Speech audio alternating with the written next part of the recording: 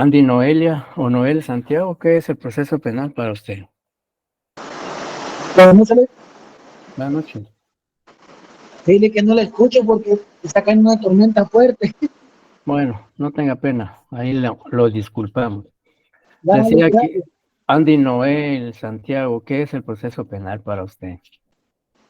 ¿Qué es el proceso penal?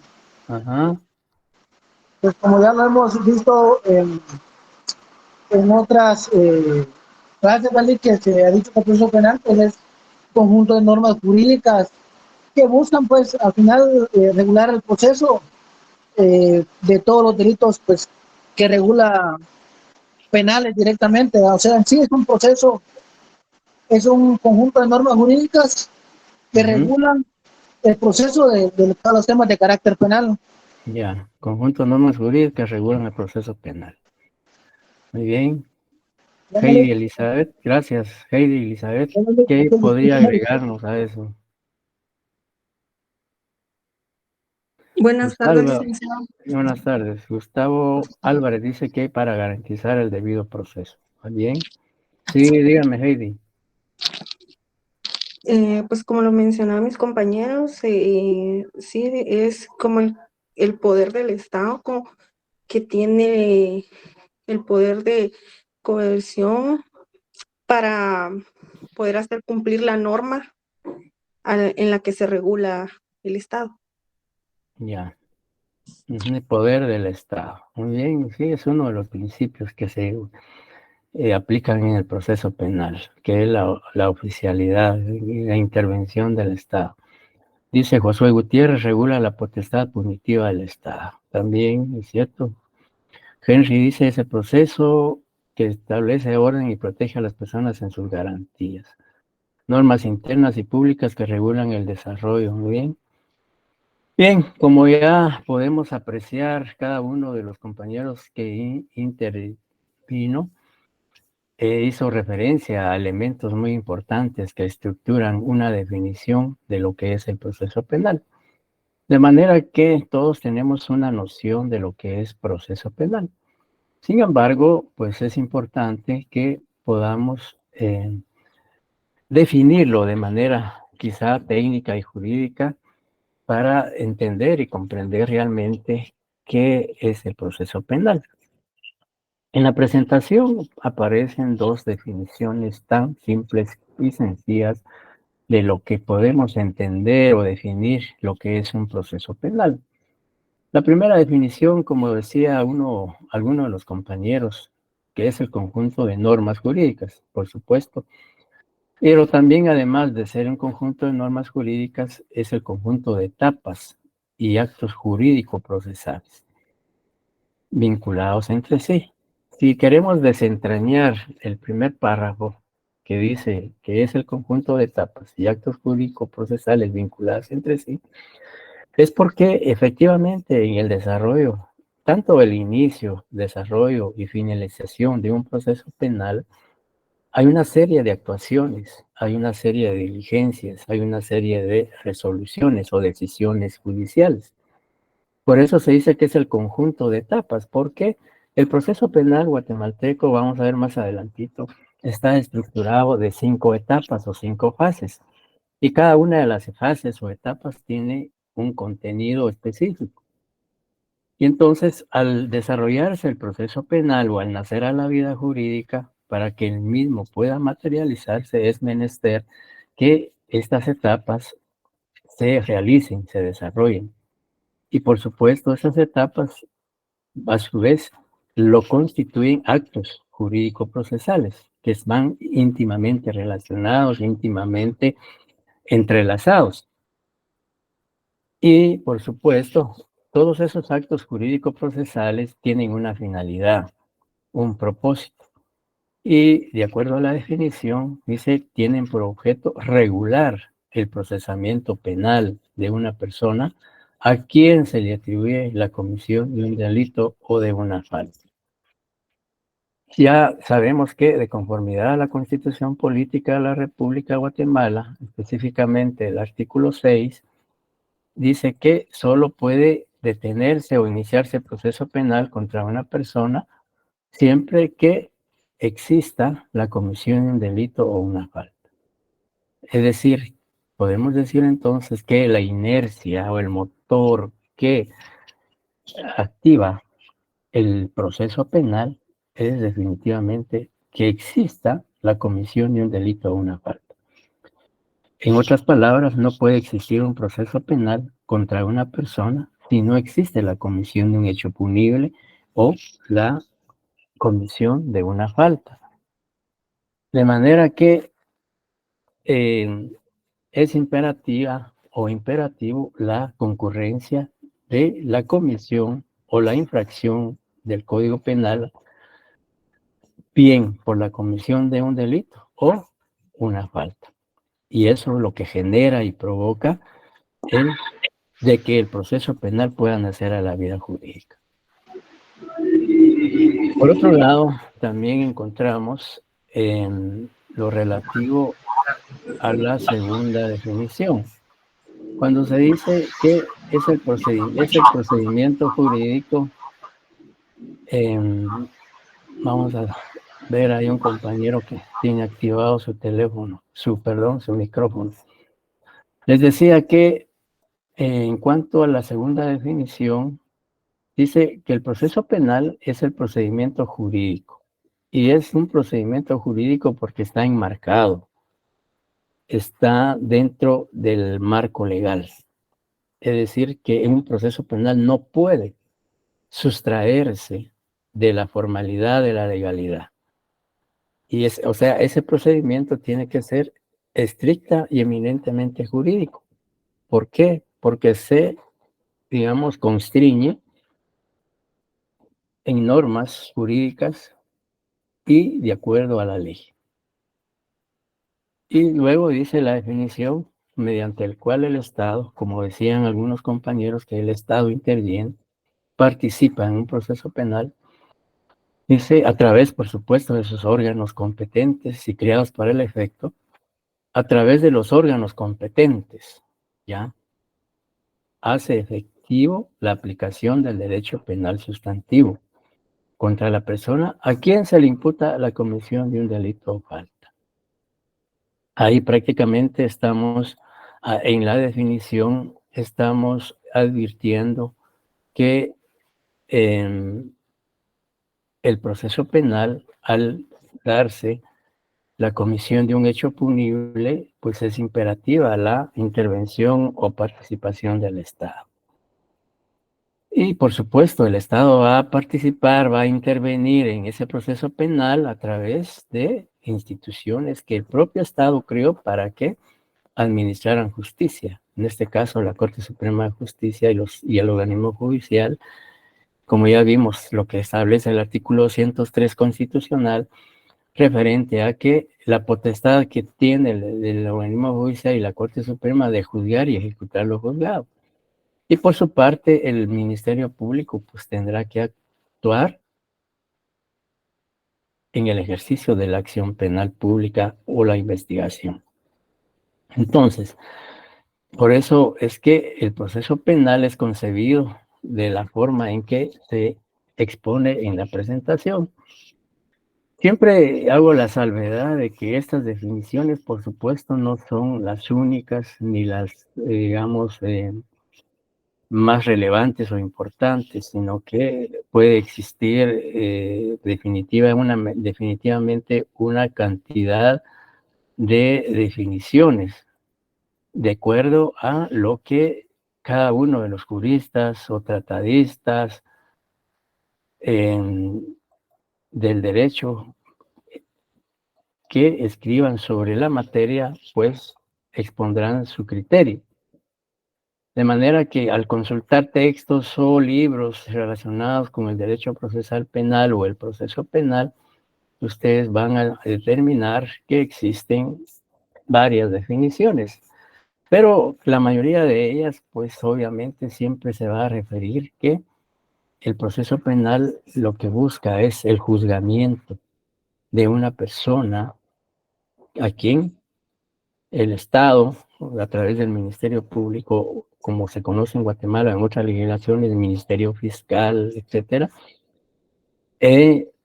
imputa la comisión de un hecho delictivo. Y esa imputación provoca que la persona a quien se le está endilgando o atribuyendo ese hecho punible va a ser susceptible de ser sometido a un proceso, a una investigación y posteriormente al juzgamiento y sancionados de ser, digamos, encontrado culpable o autor responsable de la comisión de ese tipo penal. De manera que con estas dos definiciones dejamos de manera clara lo que debemos entender por el proceso penal. Como les decía, hemos señalado únicamente estas definiciones, pues en los tratados existen cantidades de definiciones, pero aquí lo más importante es que debemos entender que el proceso penal se desarrolla, el proceso penal nace a la vida jurídica, el proceso penal cobra vigencia siempre y cuando exista la comisión de un delito o falta y también exista un sujeto a quien se le atribuye la comisión de ese delito. ¿Me están escuchando? Claro. Sí, licenciado. Sí, licenciado. Yo le escucho. Gracias, gracias. Les pregunto por aquello de que ojalá no tengamos el mismo problema de la sesión anterior. Bien, ¿alguna duda hasta ahorita en relación a la definición del proceso penal? Por mi parte, no, licenciado. Muchas gracias. Bien, entonces, en virtud de que no hay dudas en relación a las definiciones expuestas, hablemos hoy o en este momento de lo que son los fundamentos y características del proceso penal. En cuanto a los fundamentos, al igual que el derecho procesal penal, las leyes, la doctrina y la jurisprudencia son fundamentos que, digamos, son los fundamentos sobre los cuales se sostiene el proceso penal. Es decir, para que un proceso penal pueda nacer a la vida jurídica, tiene que estar debidamente plasmado en la ley. No puede existir un proceso penal fuera de la legalidad. No puede existir un proceso penal si no está debidamente, expresamente señalado en la ley. En este caso, cuando hablamos de ley, dijimos que no solo nos referimos en el caso específico del Código Procesal Penal y Código Penal, sino también fundamentalmente de la Constitución Política de la República de Guatemala. Entonces, el fundamento del proceso penal, pues lo encontramos en primer lugar en la ley. También encontramos su fundamento en la doctrina y ahí señalamos que la doctrina, pues, es el conjunto de teorías, de criterios o de, digamos, estudios científicos, jurídicos de varios tratadistas o autores que hacen referencia a lo que es el proceso penal.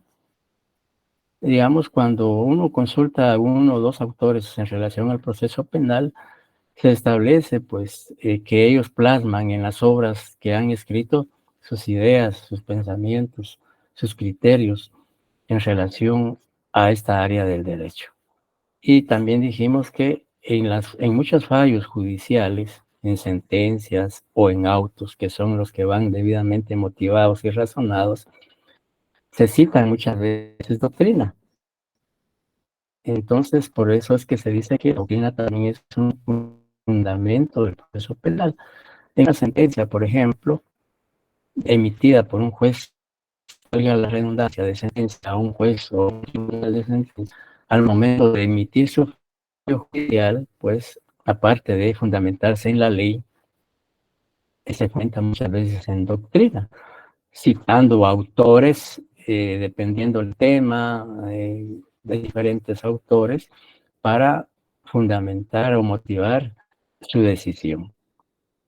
Igual la jurisprudencia, pues también se cita jurisprudencia y muchas decisiones de los tribunales citan jurisprudencia para también de una forma evidenciar en la sentencia que ya existen fallos similares o en el mismo sentido en relación al tema que se está resolviendo.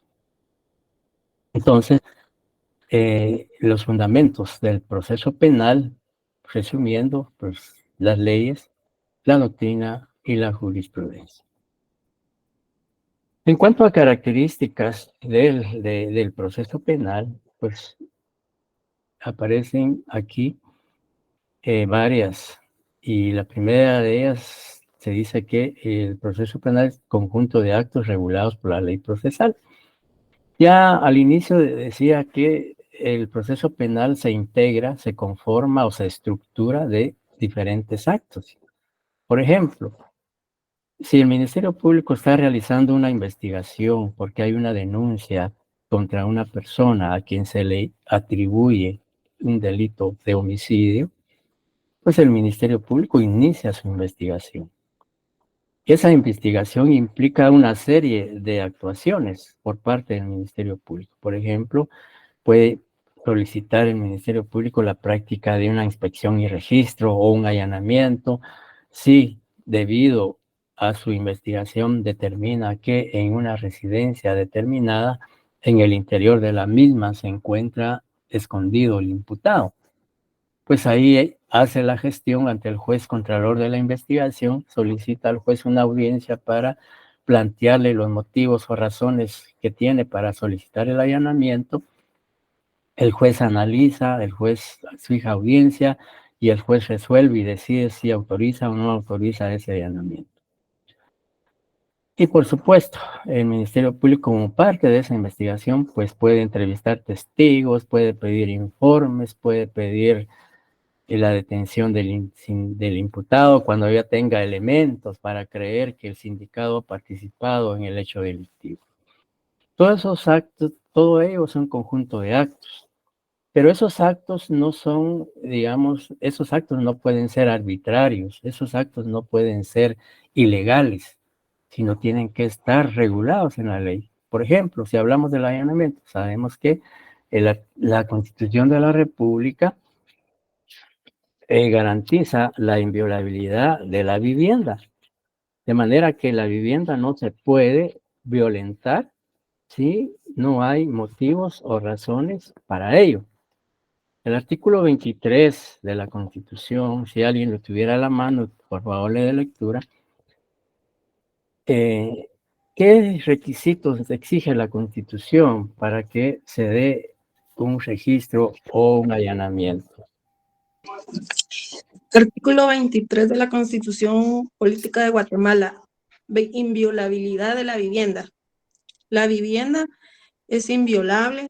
Nadie podrá penetrar en morada ajena sin permiso de quien la habita, salvo por orden escrita de juez competente en la que se especifique el motivo de la diligencia y nunca antes de las 6 ni después de las 18 horas. Tal diligencia se realizará siempre en presencia del interesado o de su mandatario. Muchas gracias. Y ahora veamos el artículo 187 del Código Procesal Penal, que alguien le dé lectura, por favor, para ver la relación que existe entre la Constitución y el Código Procesal Penal en relación al allanamiento. ¿Qué artículo dijo, licenciado? 187. Okay. Inspección y registro, licenciado. Sí, por favor. Dice, cuando fuera necesario inspeccionar lugares, cosas o personas porque existen motivos suficientes para sospechar que se encontrarán vestigios del delito o se presuma que en determinado lugar se oculta el imputado o alguna persona evadida, se procederá a su registro con autorización judicial. Mediante la inspección se comprobará el estado de las personas, lugares y cosas, los rastros y otros efectos materiales que hubiere de utilidad para la averiguación del hecho o la individualización de los partícipes en él. Se levantará acta que describirá detalladamente lo acontecido y cuando fuere posible se recogerán a conservar los elementos probatorios útiles. Si el hecho no dejó huellas, no produjo efectos materiales, desaparecieron o fueron alterados, se describirá el estado actual, procurando consignar el anterior el modo, tiempo y causa de su desaparición y alteración y los medios de prueba de los cuales se obtuvo ese conocimiento. Análogamente, se procederá cuando la persona buscada no se halle en el lugar. Se pedirá en el momento de la diligencia al propietario o a quien habite en el lugar donde se efectúa presenciar la inspección, o cuando estuviere ausente, a su encargado, y a falta de este, a cualquier persona mayor de edad, prefiriendo a familiares del primero. El acta será firmado por todos los concurrentes. Si alguien no lo hiciere, se expondrá la razón. Muchas gracias. Bien, como pueden ver ustedes, para que el Ministerio Público pueda desarrollar un allanamiento, es necesario cumplir con lo que dice la Constitución y el Código Procesal Penal en las disposiciones normativas a que los compañeros le dieron lectura. Entonces ahí vemos que hay un conjunto de actos que está realizando el Ministerio Público y que esos actos tienen que estar enmarcados en la ley. ¿Y qué finalidad o qué se persigue con la realización de esos actos? Pues sencillamente aplicar la ley penal a casos concretos. Y podemos citar otros ejemplos en cuanto a la investigación que realiza el Ministerio Público. Puede ser que también el Ministerio Público solicite en un momento dado la orden de aprehensión del imputado porque con los medios de investigación que ya cuenta en su poder ha determinado la posible participación, la posible vinculación o intervención del imputado en el delito atribuido. Entonces, todas esas actuaciones, todos esos actos que realiza el Ministerio Público como parte de la persecución penal, que por mandato constitucional le compete, pues están debidamente establecidos y plasmados en la ley. O sea, no puede el Ministerio Público, por ejemplo, realizar un allanamiento sin orden de juez. Sin embargo, la ley en el numeral tercero, en el artículo 190, hace excepciones en las cuales puede incursionarse al interior de una residencia sin necesidad de orden judicial, pero son casos muy excepcionales. Si vemos el artículo 190, el numeral tercero, concretamente dice que no es necesario pedir orden de juez competente para ingresar a una residencia. Sí, dice, si se persigue a una persona para su aprehensión por suponérsele partícipe de un hecho grave. Entonces, el 190 dice, cuando el registro se deba practicar en las dependencias cerradas de una morada o de una casa de negocio o en recinto habitado, se requerirá orden escrita del juez ante quien penda el procedimiento o del presidente si se tratare de un tribunal colegiado. Aquí vienen los casos de excepción.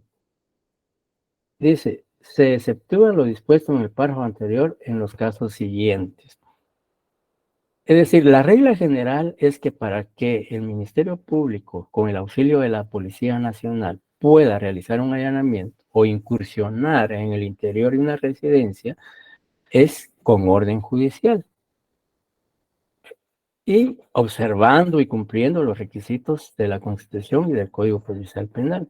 Sin embargo, como toda norma tiene su excepción, en este caso también el Código Procesal Penal hace excepciones en cuanto que se puede practicar un allanamiento sin orden judicial siempre y cuando concurra una o varias de las excepciones que establece el artículo 190. José Eduardo, diga. Una consulta, Lick, no sé si me escucha. Sí, le escucho.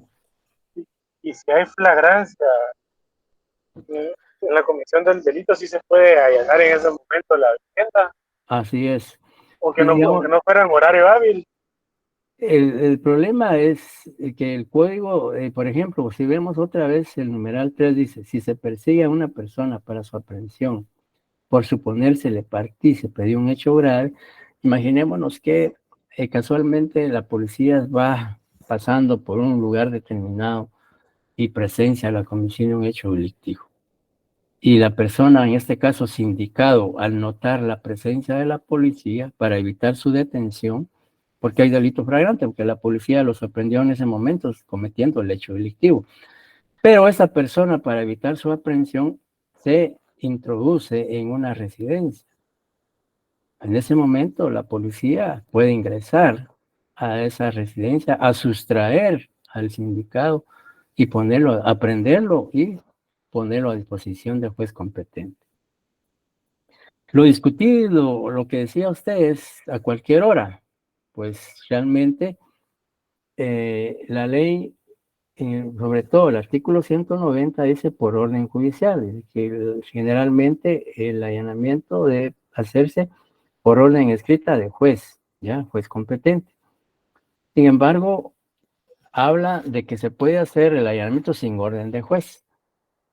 Aquí lo discutido es, o lo que se discute, y usted tiene razón, si se puede hacer fuera del horario que establece la Constitución o establece el Código Procesal Penal.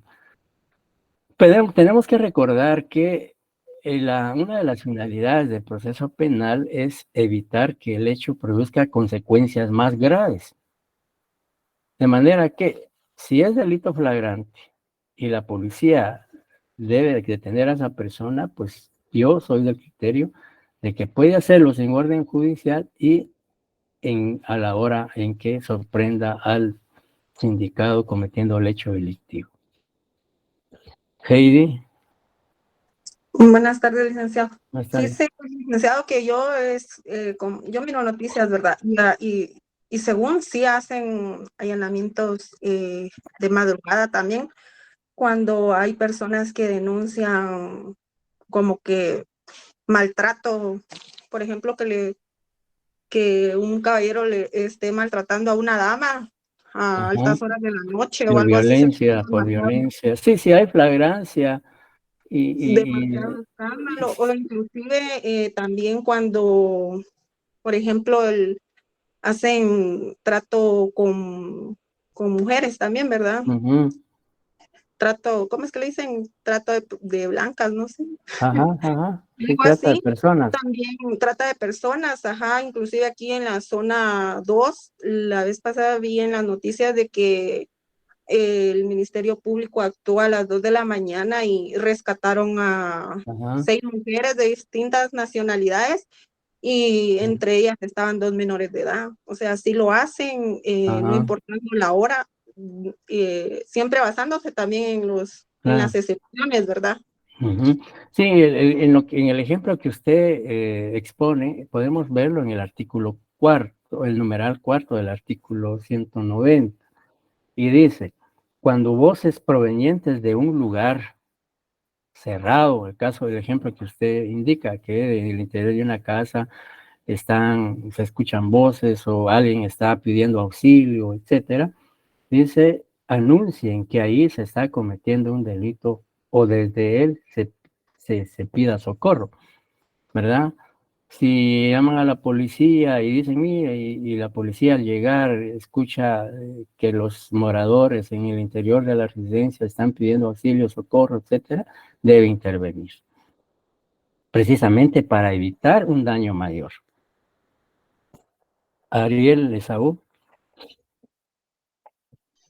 Buenas tardes, Lick. Sí, Buenas tardes. haciendo referencia a lo que hacía mención Heidi, eso se le llama multisectorial, es cuando participan diferentes unidades del sector justicia, dígase PDH, PGN, migración, Exacto. ENC, a eso se le llama. A esto no es que sea un allanamiento como tal, únicamente es el objetivo, el rescate, ¿verdad? Exacto. ¿Verdad? En este no es necesario que sea un allanamiento, porque los allanamientos se sabe y se entiende que son únicamente a partir de las 0600 horas para las 1800 horas, días de 6 de la mañana para 6 de la tarde, para que sea un allanamiento como tal. Las otras son ya otras cuestiones, ¿verdad? Medidas de urgencia. Exacto, y recordemos que para las medidas de urgencia no es necesario primero que sea un PNC, y aparte que media vez exista un llamado de auxilio, uno puede intervenir y ingresar al domicilio sin tener una orden de allanamiento, ¿verdad? Sí, Únicamente. Sí, en efecto, el compañero pues aportaba algo importante. Hay tipos penales en los cuales se dan ese tipo de situaciones en donde intervienen, digamos, diferentes instituciones. Por ejemplo, en la trata de personas, en violencia intrafamiliar o violencia contra la mujer en cualquiera de sus manifestaciones física, psicológica, económica o sexual, etcétera, que son casos muy especiales. Y ahí se intervienen varias instituciones, pero en los allanamientos, como decía el compañero, en los allanamientos que realiza el Ministerio Público, por la investigación de la comisión de un hecho delictivo, pues generalmente participan solamente el Ministerio Público y la Policía Nacional. En otros delitos, como los que mencionaba, sobre todo cuando está en riesgo la vida, la integridad física de un menor, de una fémina, por los delitos de violencia contra la mujer, violencia intrafamiliar, pues ahí hay, digamos, todas las instituciones pueden intervenir, como decía el compañero, la Procuraduría General de la Nación, Derechos Humanos, Ministerio Público y otras instituciones, precisamente porque ahí, sobre todo si son menores, pues hay que pensar en lo que tanto internamente como en convenios internacionales, el interés superior del niño o de la niña, etcétera, es lo que se garantiza en ese tipo de circunstancias o situaciones. Bien, entonces, esto, pues, digamos, surge a raíz de la primera característica del derecho del proceso penal.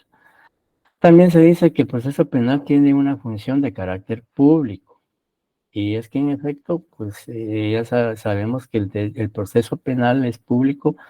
Primero porque se genera una relación entre Estado y particular que transgrede la ley penal.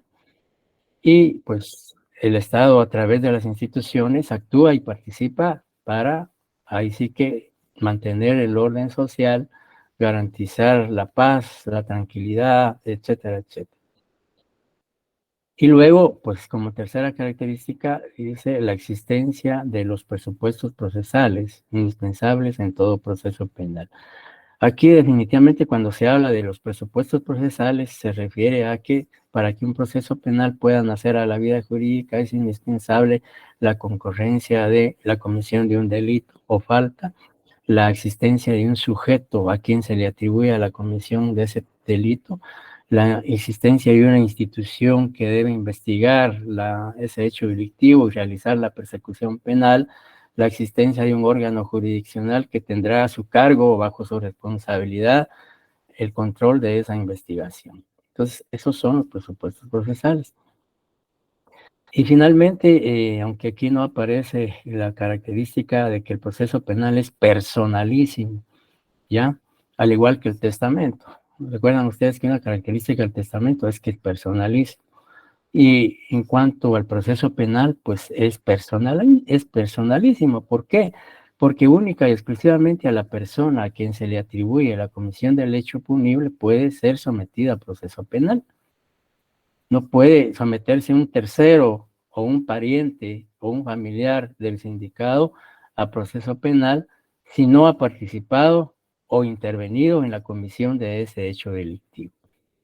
Entonces, el proceso penal va a juzgar única y exclusivamente a la persona o personas, porque pueden ser varias las que incurran en la comisión del tipo penal, entonces serán juzgadas estas personas. No puede ser juzgada un tercero, o como les decía, un pariente y un familiar del imputado. Y también el imputado no puede sustituir, digamos, si una persona está siendo señalada de la comisión de un delito, pues esa persona tiene que responder ante la ley y ante la justicia. No puede nombrar un mandatario o un representante legal para que en su representación pueda intervenir en ese proceso penal. Por eso es personalísimo también el proceso penal como una cuarta característica que no nos aparece aquí, pero cuando le remitamos anoten ustedes y cuando les enviemos las láminas o las diapositivas, pues ya adicionaremos esa característica. ¿Preguntas o dudas hasta el momento?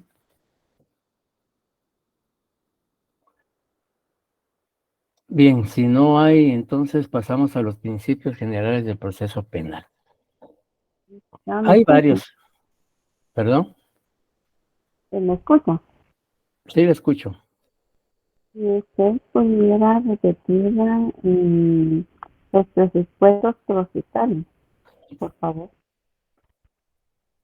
Le decía que la existencia de los presupuestos procesales indispensables en todo proceso penal se refiere a que para que el proceso penal pueda materializarse, para que el proceso penal pueda nacer a la vida jurídica y aplicarse o desarrollarse, es necesario que exista la comisión de un delito o falta, que exista un órgano eh, persecutor, o en este caso un ministerio público para investigar, que exista un juez para juzgar, que exista un abogado defensor para que defienda los derechos e intereses del imputado, que exista el imputado, etcétera, etcétera. Esos son los presupuestos procesales.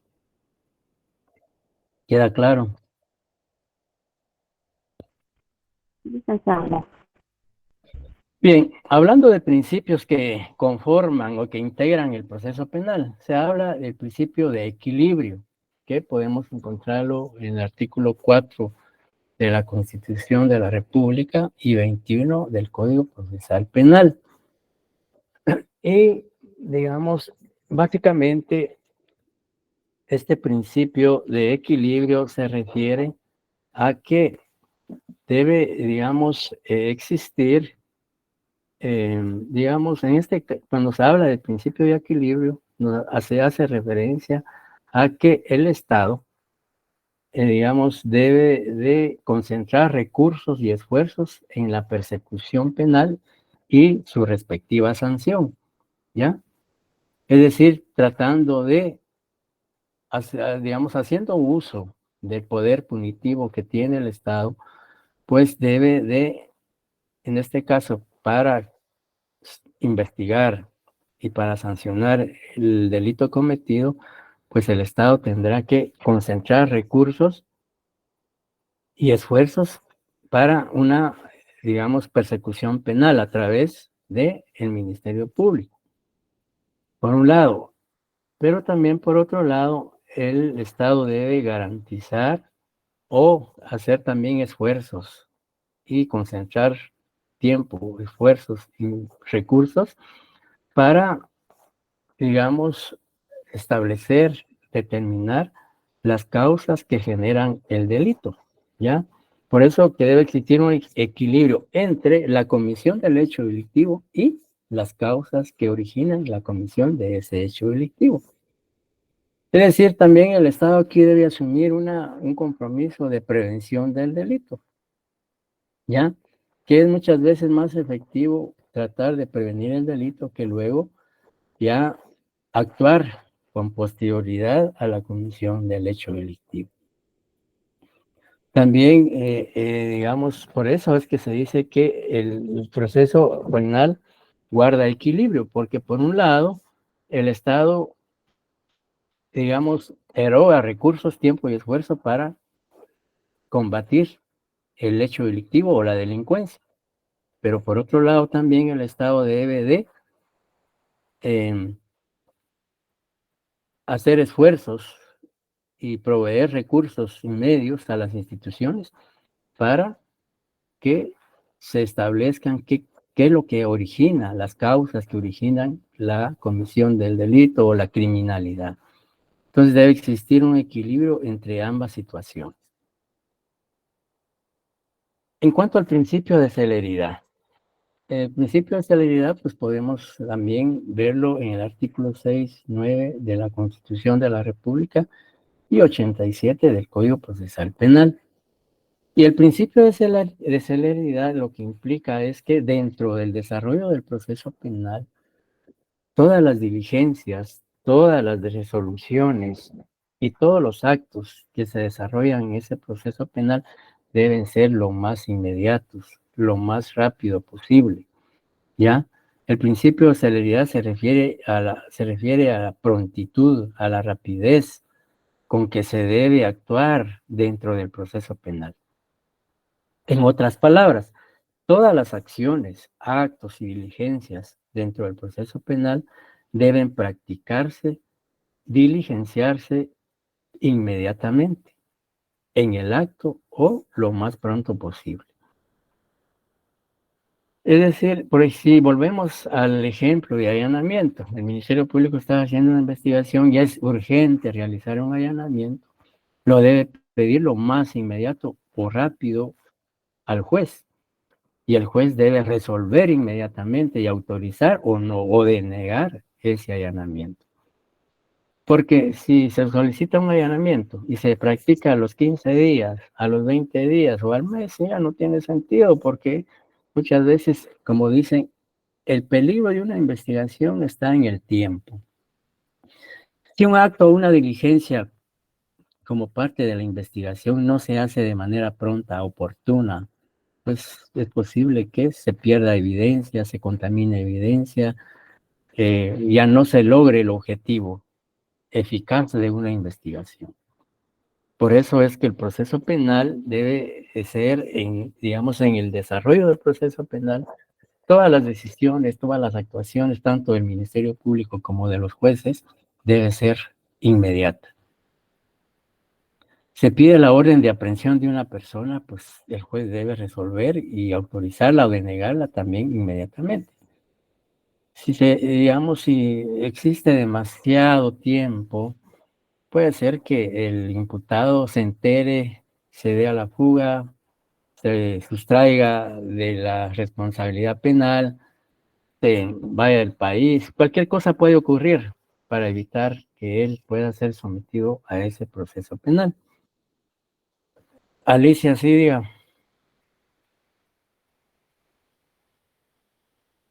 Licenciado, buenas noches. Buenas noches. Cuando usted se refiere a que tiene que ser prontas las actuaciones dentro del proceso penal, ¿se refiere en sí a cuando ya se lleva el proceso penal o inicia desde el momento que se toma la denuncia?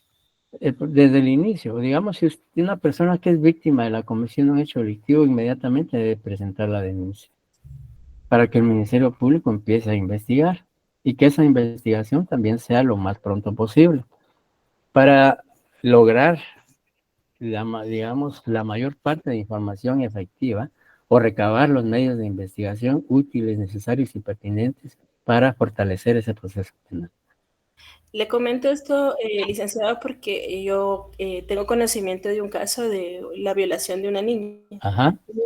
Pero esto se suscitó más que todo, por decirlo así, en meses atrás. Y también está la situación en que se dice que tiene que ser un hecho reciente, por ejemplo.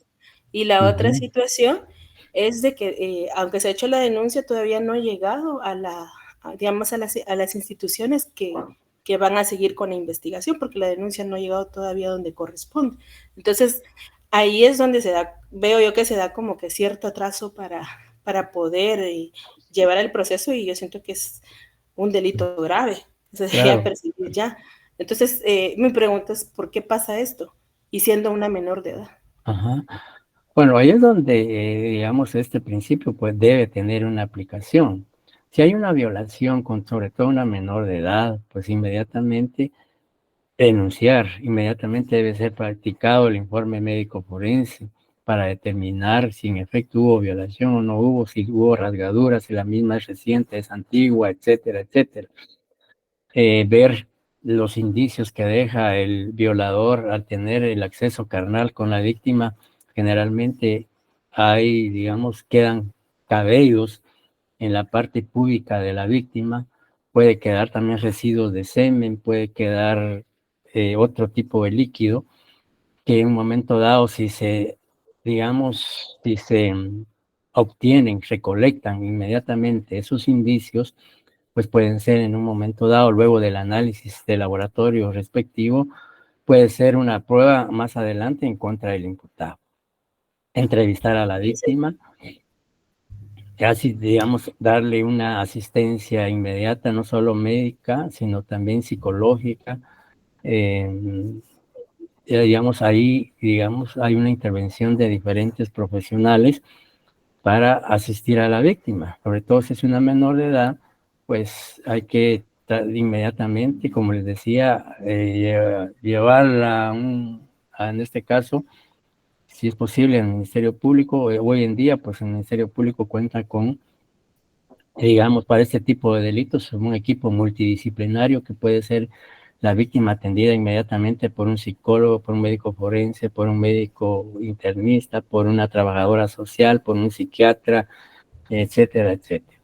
Entonces, todo ese tipo de actuaciones deben ser inmediatas. Y como usted dice, imagínense que la víctima sufrió de violación y no se le hizo el examen médico forense en ese momento u horas después, sino que pasan 5, 15, 20 días.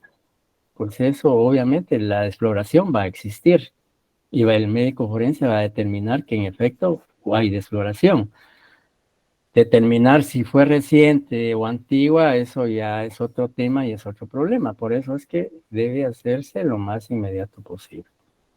Y Sí, como le digo, porque imagínense muchas veces cuando una persona es víctima de delito de violación, sea menor o mayor de edad, muchas veces si no se hace la evaluación médico forense inmediatamente y se recolectan otros indicios, pues imagínense que la víctima, debido a esa violación, pues luego de la misma se baña, y entonces eso puede generar la pérdida de algunos indicios.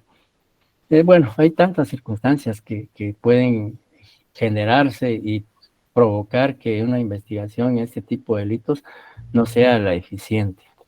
sí, porque pareciera como que es difícil de demostrar.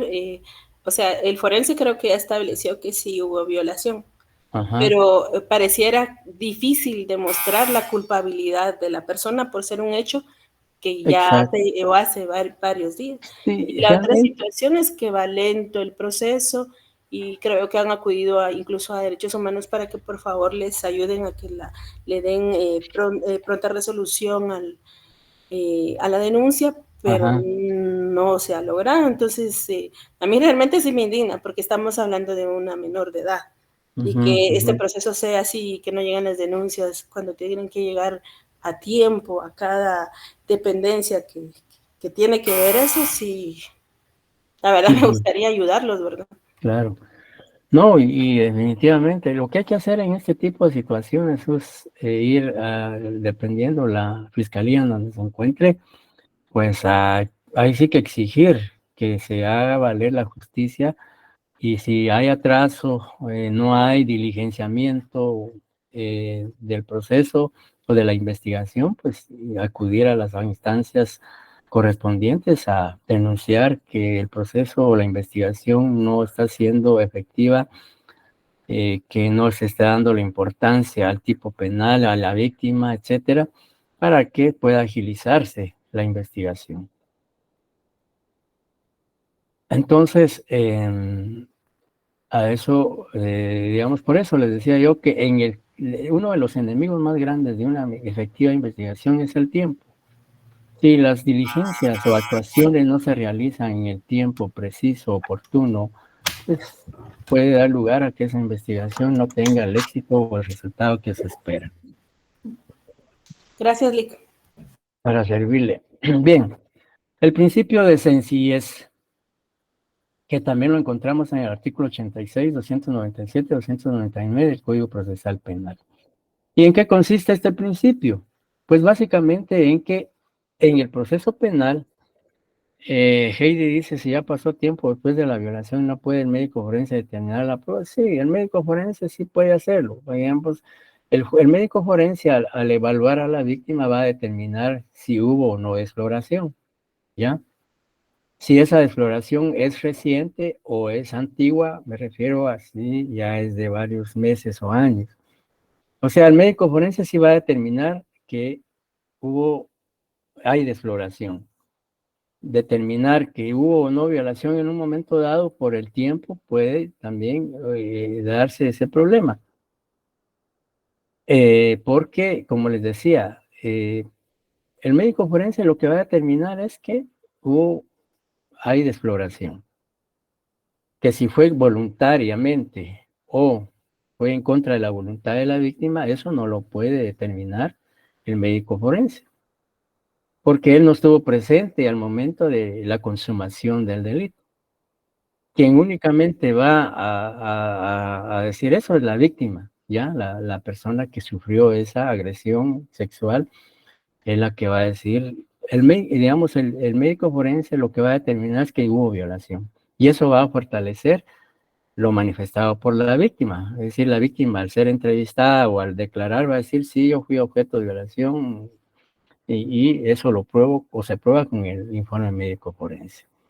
Es difícil realmente a veces probar el delito de violación, en cuanto a que generalmente en este tipo de delitos nunca hay testigos presenciales, o al menos que casualmente en el lugar del hecho hayan cámaras y que graben los hechos, pues podría ser eso. Y como les decía, puede probarse no solo con la declaración de la víctima, con el dictamen médico forense, sino también, imaginémonos que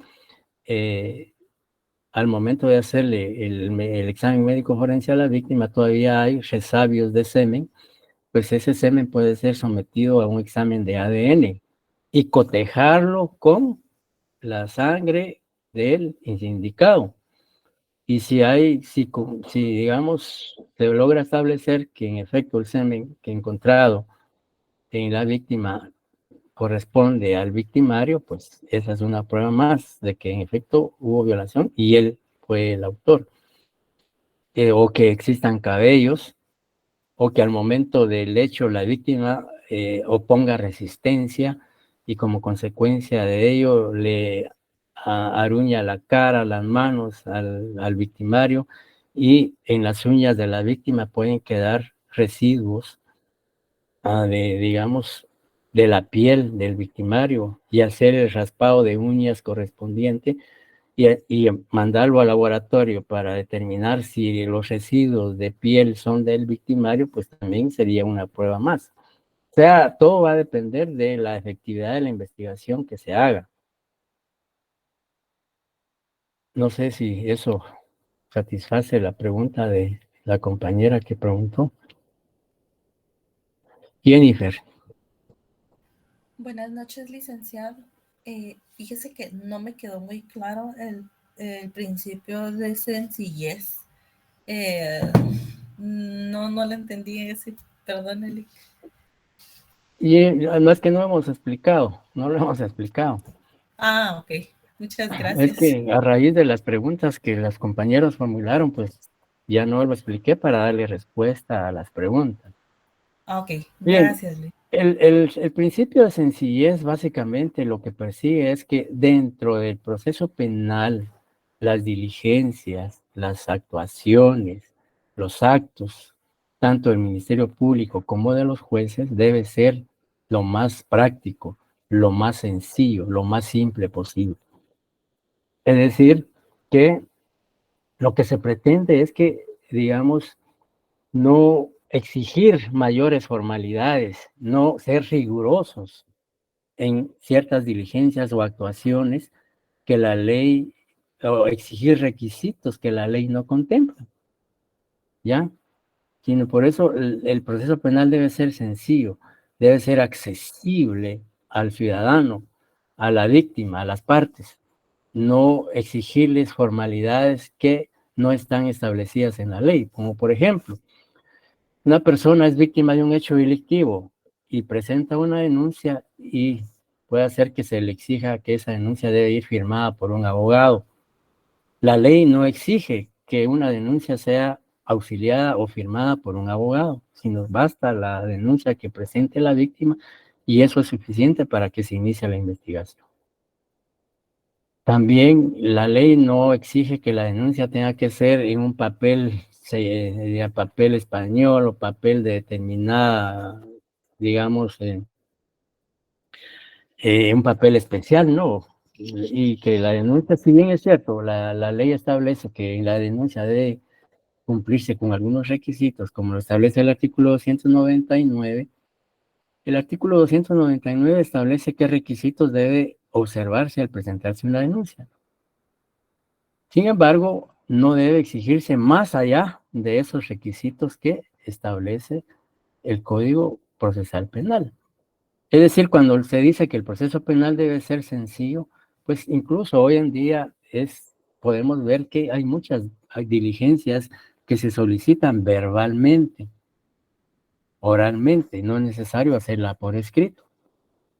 También hoy en día el proceso penal permite que una persona pueda ser notificada por teléfono, por WhatsApp, por correo electrónico, etcétera.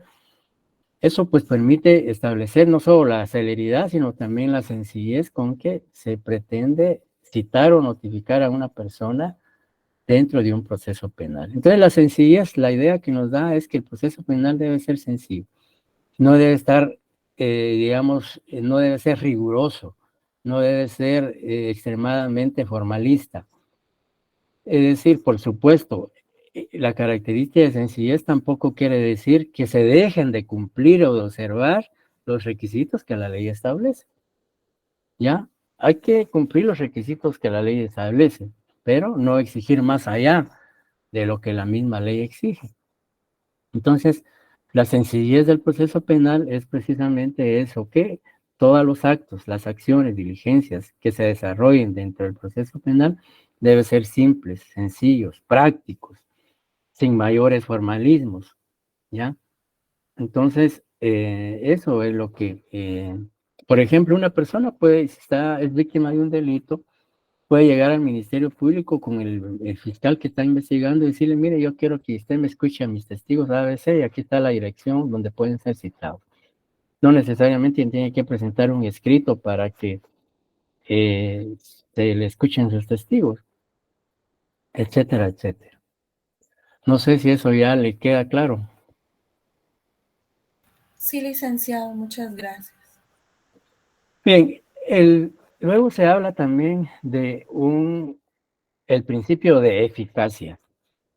El principio de eficacia lo que implica es que lo que se pretende con este principio es que el sistema de justicia penal sea eficaz, sea efectivo, sea oportuno. Es decir, que para que el proceso penal sea efectivo realmente, es necesario que las instituciones encargadas del sector justicia en materia penal, entiéndase Ministerio Público, organismo judicial, Policía Nacional Civil, INASIF, Defensa Pública, etcétera, deben concentrar recursos, tiempo y esfuerzo en la investigación de hechos delictivos graves o de trascendencia. ¿Ya? Es decir, en aquellos delitos graves y que son, digamos, en donde el bien jurídico tutelado esté gravemente comprometido, pues todas esas instituciones a que yo hice referencia deben de coordinar de manera efectiva cada uno su función, respetando su independencia, por supuesto, pero debe existir una coordinación que permita que el sistema de justicia penal realmente sea efectivo. ¿Ya? Y pues, y para ello, pues obviamente cada institución con sus recursos debe aportarlos. Y como les decía, esto de que exista una buena coordinación entre instituciones no significa la invasión en su independencia o en su autonomía. Lo que mantiene su independencia, su autonomía, lo único es que hay que coordinar adecuadamente para lograr que el sistema de justicia penal sea efectivo, responda a los intereses de las partes y que las partes se sientan debidamente tuteladas y protegidas por ese sistema y que pues sientan sobre todo la confianza y la certeza jurídica de que se está actuando de conformidad con la ley. Entonces, y también, digamos, para que un sistema de justicia penal sea efectivo hay que priorizar, porque no es igual investigar un delito de secuestro que investigar un delito, un hurto de una bicicleta, por ejemplo. Esto no significa de que uno esté desmeritando la comisión del delito de hurto por una bicicleta, pero definitivamente no puede investigarse de manera igual un secuestro que un hurto de una bicicleta, de una gallina o de cualquier otro objeto. Por supuesto que hay que investigarlo, pero la investigación va a ser distinta por el tipo penal, ¿ya? Porque, como les decía, no es, digamos, igual investigar un secuestro, un asesinato o, digamos, un femicidio que una amenaza, una coacción, etcétera. Por supuesto que la víctima de una amenaza, de una atención para esa persona, ese delito es grave y debe ser investigado, y por supuesto que hay que investigarlo, pero la investigación no va a ser en la misma tonalidad, con los mismos esfuerzos, con los mismos recursos que el delito de coacción o amenaza.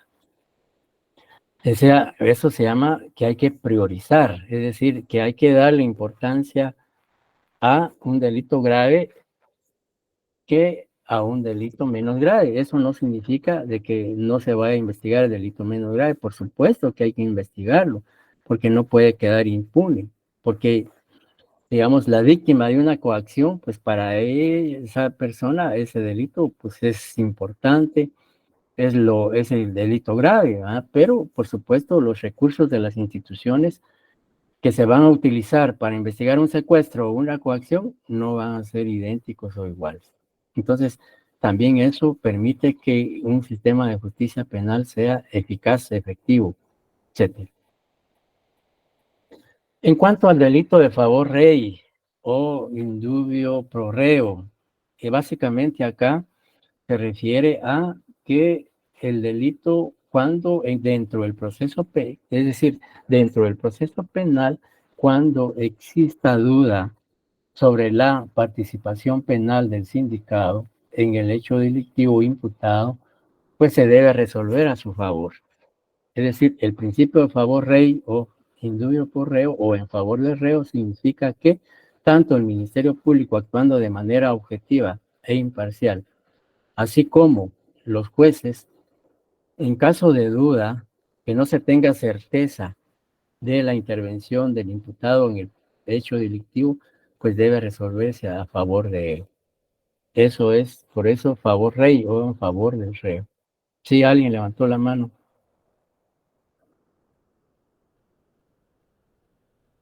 Bien. El de favor libertatis o en favor de la libertad. Este principio básicamente se refiere que acá, cuando se habla de el principio de favor libertatis o en favor de la libertad, significa que dentro del proceso penal debe tener prioridad la libertad del sindicado y que es la regla general. Es decir, dentro del proceso penal, la regla general debe ser la libertad del imputado. Y en casos excepcionales, limitar esa libertad, restringir o coartar esa libertad. Es decir, que en un proceso penal debe dársele importancia a que en tanto la investigación continúa y si el delito lo permite, ordenar la libertad del imputado a través de una medida sustitutiva y no privarlo de la libertad, salvo que el delito no permita que se le otorguen medidas sustitutivas. Entonces, a eso se refiere el principio de libertad. Es decir, que la libertad debe restringirse en casos estrictamente necesarios y establecidos en la ley. Y cuando no sea necesario privar de la libertad al sindicado, pues debe darse libertad. Es decir, que si no hay indicios racionales que lo incriminen o lo relacionen con el delito imputado, pues debe darse libertad. Y solo debe restringirse la misma en caso existan indicios racionales de su participación o se trate de un delito grave que la ley no permita otorgar una medida sustitutiva, que vamos a ver más adelante lo relativo a las medidas sustitutivas, a la privación de libertad, etcétera, etcétera. El principio de oficialidad. El principio de oficialidad consiste más que todo en la función política del Estado. Por eso se llama de oficialidad. y decía que este principio hace referencia en la función política del Estado de investigar los delitos y castigar los mismos a través de los órganos competentes, ¿ya? Aquí, pues, eso se habla de oficialidad porque interviene el Estado, participa el Estado como consecuencia de la comisión de un hecho delictivo. Y que ese hecho delictivo no quede impune, no quede sin investigar. Y por supuesto, entonces el Estado, haciendo uso de sus facultades punitivas, debe investigar ese hecho delictivo a través del Ministerio Público y debe sancionar a través de un órgano jurisdiccional. Entonces, luego encontramos el principio acusatorio. En el principio acusatorio, más que todo, se permite y asegura a las partes en el proceso penal igualdad de oportunidades para ser escuchados, para presentar pruebas, para presentar alegatos y recursos que la ley establece. Es decir, que el principio de acusatorio básicamente lo que persigue o lo que pretende es que exista una acusación por parte o una sindicación, una acusación por parte del Ministerio Público contra una persona, para que, digamos, pueda ese proceso penal nacer a la vida jurídica. Por eso se llama principio acusatorio, porque existe una imputación, existe una sindicación por parte del Ministerio Público contra una persona por haber cometido un hecho delictivo. Y por eso también se llama principio acusatorio, porque pues obviamente va a existir una acusación por parte del ente responsable de la persecución penal contra una persona. Y finalmente el principio de concordia, que básicamente este principio lo que busca es que exista realmente una, podríamos decir, este principio permite que en determinados delitos las partes solucionen ese conflicto penal de manera cordial, de manera civilizada, de manera voluntaria y dentro del marco legal. Es decir, la finalidad de este principio es evitar la prosecución de un proceso penal. Es decir, evitar en aquellos delitos en los que las partes concilien, lleguen a un acuerdo, pues se hace innecesario continuar el proceso penal. ¿Por qué? Porque ya las partes llegaron a un arreglo y se dieron por satisfechas en la satisfacción de sus derechos e intereses. Y pues, si no hay ninguna pregunta, dejamos hasta ahí y seguimos el día jueves con este tema. Y pues sí, Giancarlo. Buenas noches, licenciado. Perdone, en caso de que haya un acuerdo, acá en el caso de Concordia, ya que esto sería prácticamente de palabras, pero en la persona, en caso de que no se podía echar para atrás, por así decirlo, en el futuro. No, porque digamos, precisamente la víctima tiene que garantizarse de que en efecto la persona sí le cumplió. Por ejemplo, un delito de lesiones culposas por accidente de tránsito. Si la persona le pagó la reparación del carro, le pagó su tratamiento médico y otras situaciones, pues tiene que, digamos, que no sea una promesa, sino que en efecto haya recibido ya el pago o la indemnización del daño y perjuicio causado. Entonces ya con fundamento en eso, entonces ya suscriben un acta, etcétera, en donde se plasme todo. Porque si le promete nada más, Claro, se manda. entonces no tendría sentido, no podría, pues porque, como usted dice, hay posibilidades de que no le cumpla.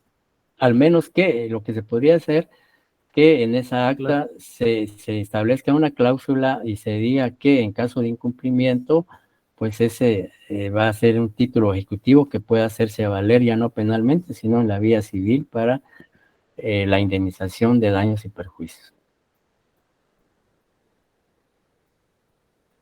De acuerdo, licenciado, muchas gracias. Para servirle. Bien, compañeros, entonces damos por concluida nuestra clase de esta noche y continuamos el día jueves, primero Dios, con lo relativo al proceso penal. Lastimosamente no pudimos agotar el tema, dejamos pendiente 2 o 3 puntitos, pero debido a que tengo que iniciar clases en la... Sí, Heidi, dígame. En la Ay, otra licenciado, sección. disculpe, es que fíjese que no tuve interrupción cuando explicó el principio de equilibrio, que fue el primero, no me estaba Bueno, lo comprendiendo. vamos a reiterar el día que conocemos, el día jueves. Sin embargo, yo le decía que existe, mejor si una vez se lo adelanto porque puede ser que el jueves no nos dé tiempo. Decía que el principio de equilibrio básicamente es que el Estado, digamos, debe de concentrar recursos, esfuerzo y tiempo en el combate a la criminalidad o el combate a la comisión de hechos delictivos, pero también debe aunar esfuerzos, recursos y tiempo para darle importancia a las causas que originan la comisión de esos hechos delictivos o la criminalidad. De manera que ahí podemos establecer un equilibrio entre la investigación de los hechos delictivos y también en lo relativo a la, digamos, prevención del delito. Es decir, que hay un equilibrio entre no solo la investigación y sanción de los tipos penales, sino también hay un esfuerzo para determinar las causas que originan la comisión de esos hechos delictivos o el índice de criminalidad que existe en un país o en un estado. Gracias, licenciado, me quedó claro. Para servirle. Bien, compañeros, entonces, gracias por su atención y buenas noches. Nos vemos el jueves, primero Dios. Buenas noches, licenciado. Feliz noche, licenciado. Muchas gracias. Buenas noches, licenciado. Feliz noche. Feliz noche, Lic.